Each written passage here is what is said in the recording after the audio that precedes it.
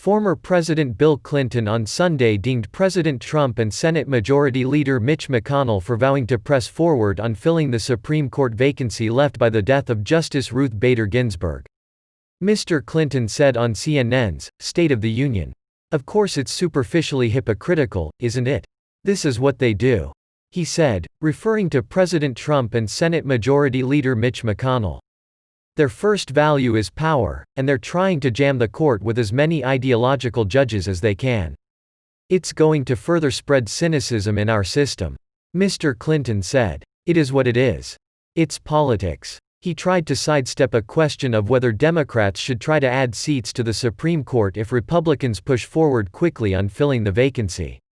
He said, "The last time it was tried it didn't work out so well." Mr. Clinton, who nominated Justice Ginsburg to the High Court in 1993, called her a force for equality for men as well as women. He said, "She was highly respected because she bent over backwards to work with the other judges when she could." Republicans have indicated they're planning to push forward quickly with a nominee to fill the vacancy. Democrats say voters should get a chance to weigh in on the pick through the presidential election, mimicking the GOP's line from 2016 during their blockade of Judge Merrick Garland, who former President Barack Obama nominated to replace the late Justice Antonin Scalia. House Speaker Nancy Pelosi on Sunday would not rule out launching impeachment proceedings to try to block President Trump and Senate Republicans from quickly filling the vacancy left on the Supreme Court by the death of Justice Ruth Bader Ginsburg. The California Democrat said on ABC's This Week, "We have our options. We have arrows in our quiver that I'm not about to discuss right now." Host George Stephanopoulos had asked her about the possibility of launching impeachment proceedings against Mr. Trump or Attorney General William Barr in the post-election lame duck session of Congress as a way to stall a high court confirmation process. Mrs. Pelosi said, "We take an oath to protect and defend the Constitution of the United States. We have a responsibility to meet the needs of the American people. When we weigh the equities, protecting our democracy requires us to use every arrow in our quiver." However, Mrs. Pelosi suggested that Democrats would not try to use the end-of-month deadline to fund the federal government past September as leverage in the Supreme Court fight. She said, "Well, none of us has any interest in shutting down government. There is some enthusiasm on the left to say let's use that, but we're not going to be shutting down government." President Trump and Senate Majority Leader Mitch McConnell have indicated they intend to move quickly to fill the vacancy. Democrats say moving before voters have a chance to weigh in via the November 3rd would violate Mr. McConnell's own standard from 2016, when he blocked hearings and votes on Judge Merrick Garland, who former President Barack Obama nominated to the High Court in March 2016. Mr. McConnell says the situation was different then because the White House and the United States Senate were controlled by different parties. The Democrat-led House already impeached President Trump in December, accusing him of improperly strong-arming Ukraine to dig up dirt on Joseph Biden, who is now the Democratic presidential nominee.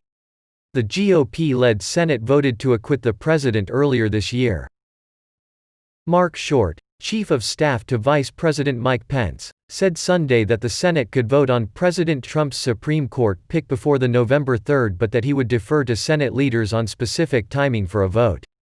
He said Justice Ruth Bader Ginsburg, who died Friday of pancreatic cancer at the age of 87, was confirmed within 43 days of her nomination in 1993. Mr. Short said on CNN's State of the Union, "Today, we sit here 44 days out from election, so it's certainly possible. But I think that the president's obligation is to make the nomination.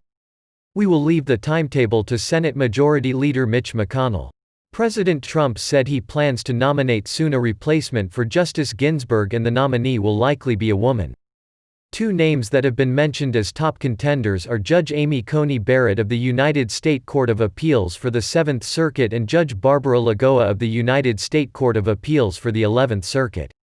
Mr. McConnell said Friday that President Trump's nominee would get a vote on the Senate floor, though he did not get into details on timing.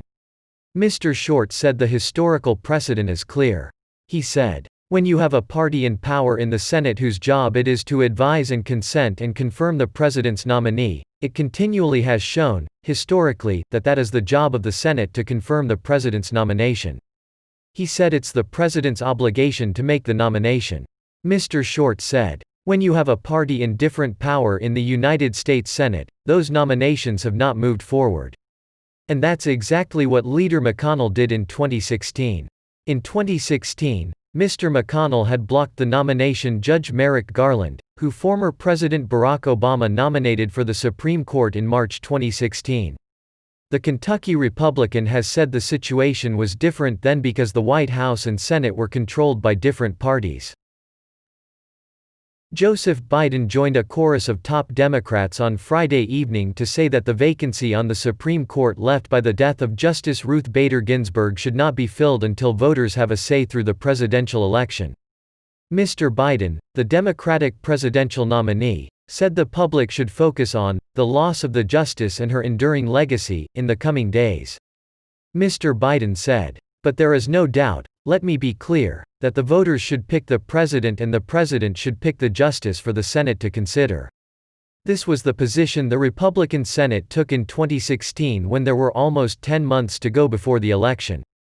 That's the position the United States Senate must take today, and the election's only 46 days off. News of Justice Ginsburg's death from pancreatic cancer broke as Mr. Biden was traveling back from Minnesota to Delaware. Mr. Biden, who presided over her confirmation when he was chairman of the Senate Judiciary Committee, said, "She practiced the highest American ideals as a justice, equality and justice under the law."